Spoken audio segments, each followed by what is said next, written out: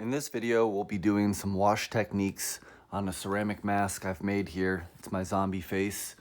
What I have established thus far is a primer coat. It's actually a red, deep red primer coat. That's all I had at the time.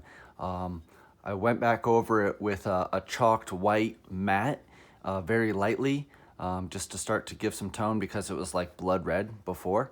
And I've whited out the eyes just because it's going to need a couple layers of white to go over that red. And then in this area here that's going to be the bone, I've also done some whitewashing with a Bombay ink. It's an India ink and it goes on very fluid. And I blended it in. I'm going to go over with some black washing in this area and then some brown washing throughout the rest of the mask. I have done one layer of a wash. If you can see, there are some brown hues in here. It's the Van Dyke brown. And I've washed in some of these pits in the head. This is what I actually am trying to fill as I do this wash. The lines, crevices, and wrinkles, the deep areas, the nooks and crannies. I'm gonna do the wash very fluid, very light, probably water it down with the ink, apply it, and then pull some of that back off of the surface because I'm not trying to paint the surface. I'm just getting into the cracks on this quick demo. So I'll use some of the black ink here. It goes a really long way. I actually don't even have a droplet for that black. I'm gonna put some water down here just in case I want to get into that. Probably use a different brush here just to pull some ink out. It's gonna go a really, really long way. I'll get just a bit down. Close up your ink as soon as you're done using it. It's notorious for drying out fast. It's a bummer when that happens. Okay, so I'm gonna dilute down this black that I have here, very fluid. It's gonna apply, I'm gonna apply it extremely loose in these areas. Kind of push it into the cracks with my brush. I'm using this Filbert. It's a little beat up anyway, so it's perfect for this. Don't use a brand new brush if you don't wanna bind up your bristles. I'm gonna go in, this is a foam brush, it's a cheap one. You could use any sort of foam here. I'm actually attempting to wipe this material off. I also work with paper towel frequently because it's inexpensive. Sometimes it'll provide nice textures too.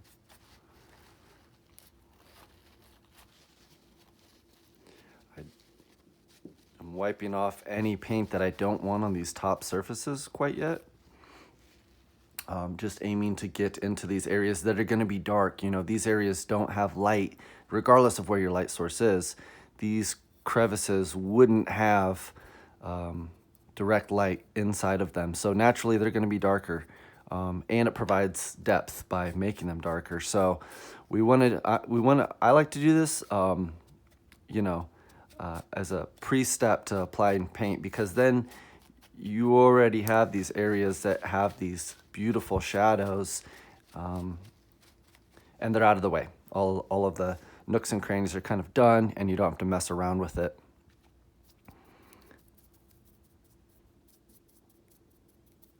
My application technique here is just kind of loose, spotty. Put it into those voids and then wipe it right back off. And you have to do this pretty fast. I do smaller areas at a time. I don't try to cover too much.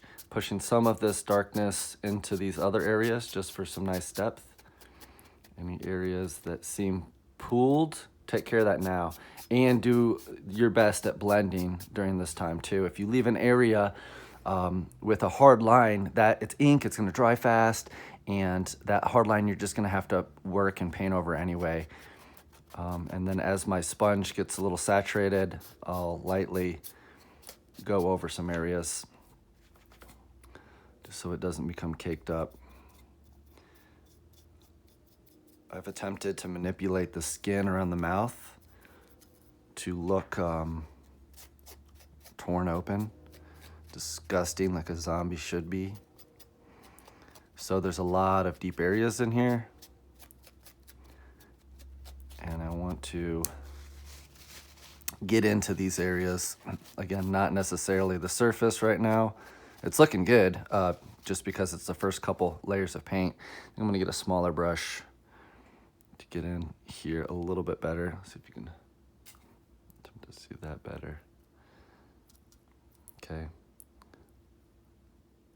The viewer's not gonna see much of this area anyway, unless they're really up close and personal with the piece, which is always nice.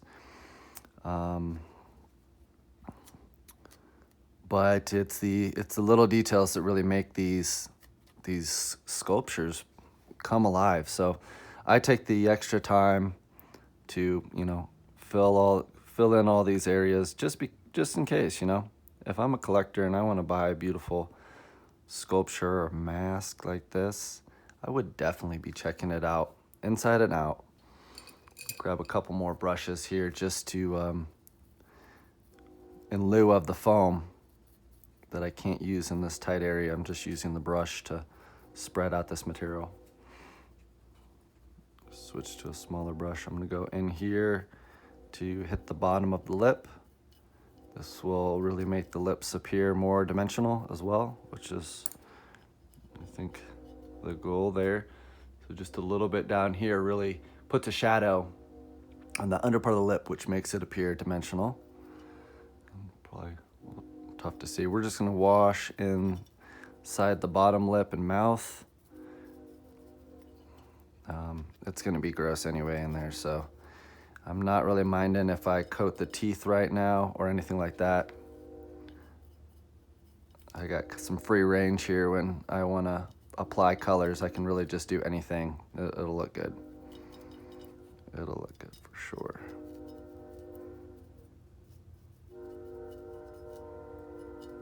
Gosh, that train.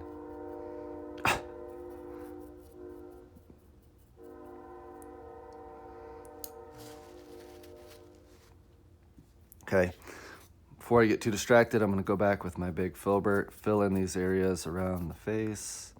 Still trying to get some depth in those and pull that back right away.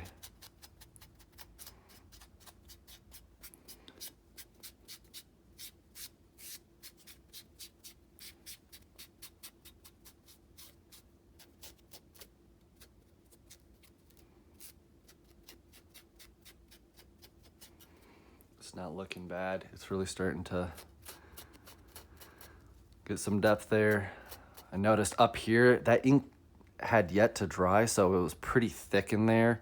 You can build these layers up just in thin layers. You really don't have to cake it in there. In fact, it's better if you do just build it up in layers.